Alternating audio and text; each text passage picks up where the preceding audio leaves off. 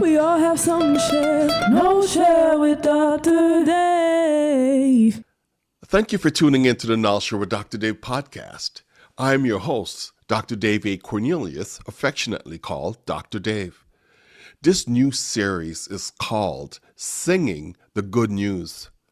Within the Singing the Good News podcast series, we go beyond song melody to explore the heart and soul of the music that moves us. We're here to see how worship leaders find their own voices to deliver the good news. So let's go ahead and head into the booth and have a conversation with Nadra Montgomery, a worship leader at the gathering at Tucson.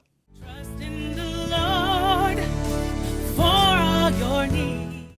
Hey, Nadra, thank you so much for coming on to the Now Share with Dr. Dave podcast and for giving your time to talk about singing the good news. And so we're going to kick off and ask you to provide an overview of who you are as a worship leader or who you are as, someone who serves in the kingdom. All right, good morning. Thank you for having me. So who am I as a worship leader? I believe that I'm an usher. So what I mean by that is when you go to church and you don't know where you're going, the ushers, they kind of direct you. So I think with the gift that God has given me, I usher in his presence. I'm humble. I know that God has given me a gift and I want to use it to the fullest capacity that I have. And I'm honored and even just blessed with the gift because not everyone has the gift and they don't use it to glorify him, to give back to him. And so with my gift, I'm just in love with the fact that I get to honor him, I get to praise him. And then I know that my gift, it breaks yokes. It allows those who just come to church or, worldwide who are going through different scenarios, life changes, to be able to receive what he has for them, whether it be through the word of the song, whether it be the introduction before church. So that's what I believe me as a praise and worship leader does. Oh man, that's great. An usher, that's a great way to describe a pathway and an invitation for people to come in, right, and connect with the word. So when you first read the lyrics to "Trust in the Lord," was there any line that made you say, "Yeah, I have to sing this song. I want to sing this song"? Sure. One of the integral parts that really stuck out to me was the still small voice whispering out. And so just those words, how we're always told there's so much external noise, there's so much distraction, and God is talking to you at all times. It's just, are you in the mind frame to hear him? And so even though it's small, it's very impactful. It's life-changing. And so when I saw that, I was like, okay, I like this. No, and the way you expressed it was really beautiful. It's really great just the way you sang it, right, and made that come to life. Getting into the studio, right? It's a lot of work and a lot of preparation. Was there anything that you did to get in the right headspace, so that you could be more of a worship focused session to be able to pull this off? Because I know this was a tough song. It was a tough song, but I was actually excited to be back in the studio. I hadn't been in the studio in years. Before I had a family, I used to go in the studio with a couple of friends when I lived in Miami. And then when I was 19, I went into the studio for the very first time in LA. And so it had just been a lot of years. So I was excited. I was anticipatory, but just on my way to the studio, I just worshiped. Mm-hmm. And I just said, okay, God, pull out of me whatever you want, this session to be about. Use me, obviously. And I worshiped. I listened to praise music, all different genres, whether it was fast paced, slow, So it just got me in the mood. And also with me doing that, I was also able to warm up. Mm. And warm Yeah. up. So Yeah, that was so good. Yeah, I mean, to just get in the right space to be able to be able to deliver that song, you know. But when you think about, you know, the words in the song itself, you know, was there a specific passage in Trust in the Lord that was, you know, technically difficult to capture? And then think about, how did you prepare for that? How did prayer or focus help you push through it? So, there were a couple of parts that were a little difficult to capture, especially because, um, wanting to deliver the right note or the right pitch.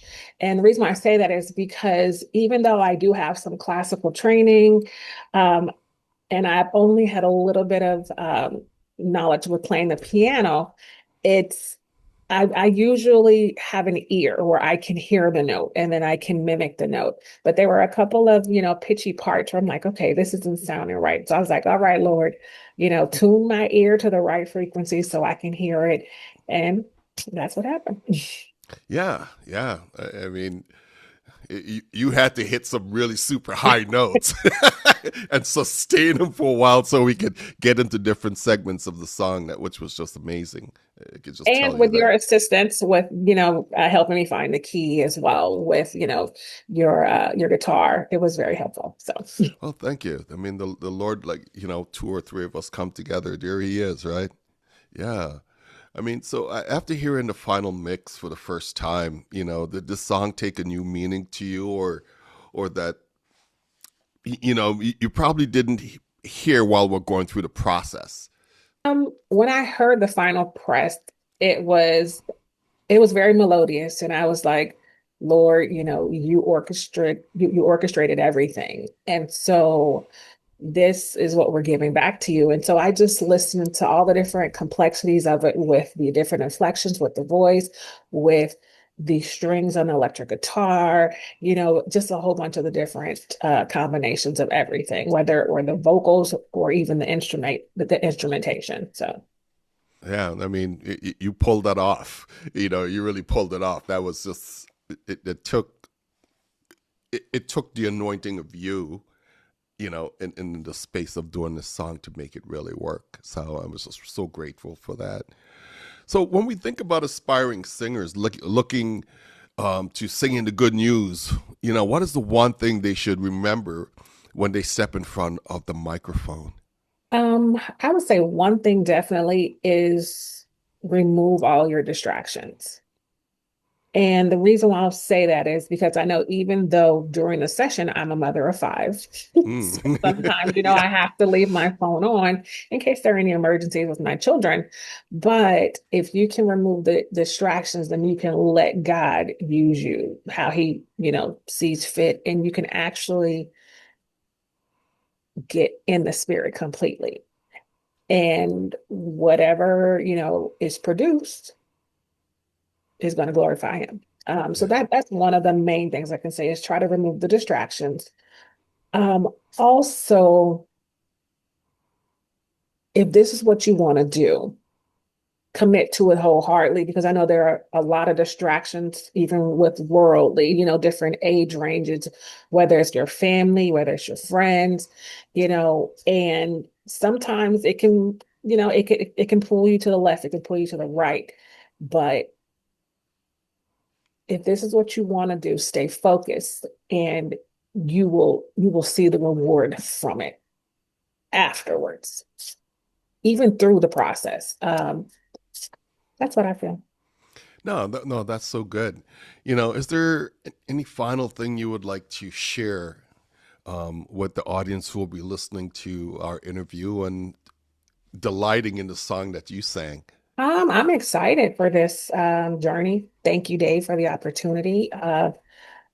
I'm excited to get in the studio and, let's do more and worship God. And, he's been downloading some things in me, like we talked about, Yeah, yeah, as far as, further collaborations. And like we said, it's about spreading the good news. And, even if we reach someone in a small Tibetan city or, wherever, is that music transcends anything, transcends all languages. It transcends even if it's a different language. Once you hear the chords, once you hear the music, once you hear the words, then it speaks to you, it ministers to you. And then, it piques your interest. Okay, what is this about? Who are they about? Who are they singing about? Let me find out more. So, Yeah, for sure. Yeah, well, Nadra, thank you so much for, leaning in and wanting to participate in this process with me. I look forward to us doing worship at the gathering at Tucson, right? At our yeah. church, a lovely small community that we have. So I look forward for us, maybe one day playing the song there, or just what we do, on Saturdays and Sunday at the gathering at Tucson. So thank you so much. Thank you, Dave. Have a great day. Yeah, you too. Thank you for listening to the Knowledge Share with Dr. Dave podcast with my guest and sister, Nadra Montgomery. As we finish this episode of Singing the Good News, one thing is clear. The music doesn't stop when the fader goes down. The good news lives through our actions, leadership, and love for each other. If you want to carry on the good news with you, listen to Nadra sing Trust in the Lord, now available on Spotify, Apple Music, Amazon Music, iHeartRadio, or wherever you find your music. Just search for Trust in the Lord by Kingdom Living Shalom. That's Kingdom Living Shalom. Let the rhythm and thanksgiving become the soundtracks of your day. Until next time, keep your heart in tune and your spirit in rhythm.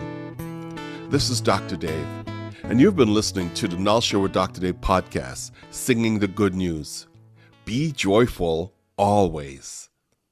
We all have something to share. No share with Dr. Dave.